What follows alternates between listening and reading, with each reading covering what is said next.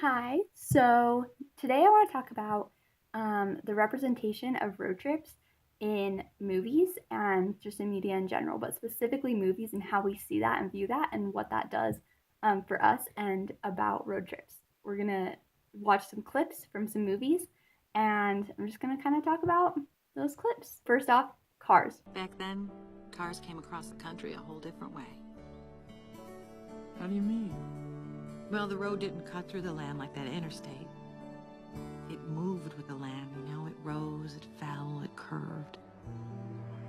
Morning. Nice day, huh?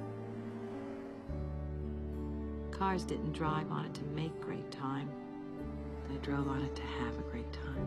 So one of the big things about Cars is that it's in this small town, Radiator Springs, is that it is just impactful, this history and this rich culture. And he's never really stopped to see that. Lightning McQueen has never stopped and enjoyed that. The point of the movie is teaching him about enjoying that journey, enjoying the small things, rather than just constantly being on the move, being ready for the next thing, just waiting, just wishing his life away. So the next movie clip that we're going to watch is Paper Towns. And this is one of my favorite movies. And so let's get that clip started. 1 minute! Someone better get me a shirt. Me too. All right, as soon as the tank is full, I'm honking the horn, and all of you guys have 10 seconds to hop back in, or I'm leaving your asses. Except you, baby. Oh. You guys need a bag? No, thank you. 6 minutes flat!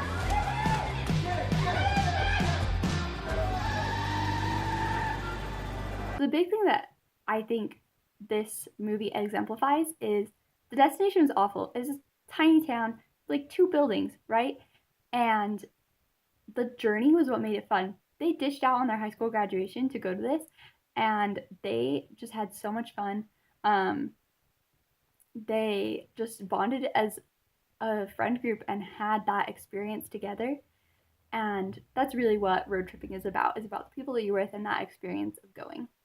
The last movie that we're going to look at is The Fundamentals of Caring. This one I watched for class, but I absolutely loved it. It's what actually inspired this channel, is because there's just so much about the road trip in this movie that I could talk about. And so that's just where I want to go from now. Oh, you don't have handicap access? No, sorry about that. It's no problem. Seriously.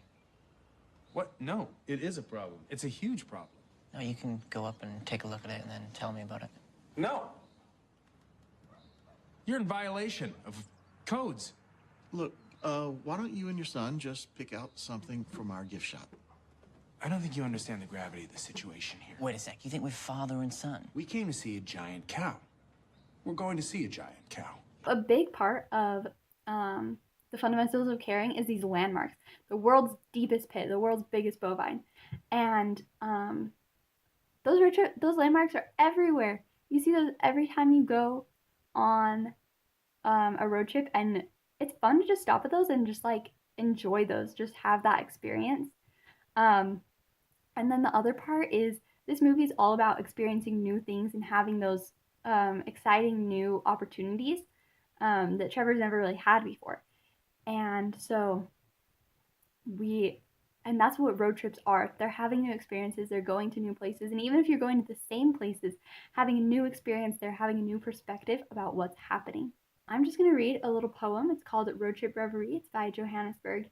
And it's a really cool poem about road trips, and it was written in the 1980s. Just to give you some context. So, my childhood summers were thirsty with the southern sun, relentless, so hot and dry on the back seat of my parents' pink Passat, driving. Long car journeys a rite of passage for those living on the edge of my city, ever expanding, never sure of itself but tracing its future from the carbon paper of highway snakes and ladders, a tar-baked merry-go-round that would make my mouth turn cotton. Veld grass, a roadside fuzz, years off, 35, reminding me of the thatch that would sprout from my yet unborn sister's scalp. Flaxen. Tomato crisps in a cringly packet tearing open, disemboweled. Strawberry juice in a small cardboard carton, the straw getting lost amidst shoes and toys on muddy car mats beyond my reach just. This was special Padcos, not an everyday event, but still small distraction from itching brown fabric sticking to soft flesh at knee fold, beading sweat forming a rivulet down the length of calf, flexing, off-ramps and robots, and soon the sound of an ice cream truck with its world promises of blue paint, ice, and soft serve. 36. Cold. But we, still en route, seatbelt chafing, bladder aching, sun at our backs now, can't stop. I love that. There's more representations of road trips than just in movies, but and this poem shows that. And this poem just shows, especially that as a child, how magical road trips can be. And maybe they're not perfect.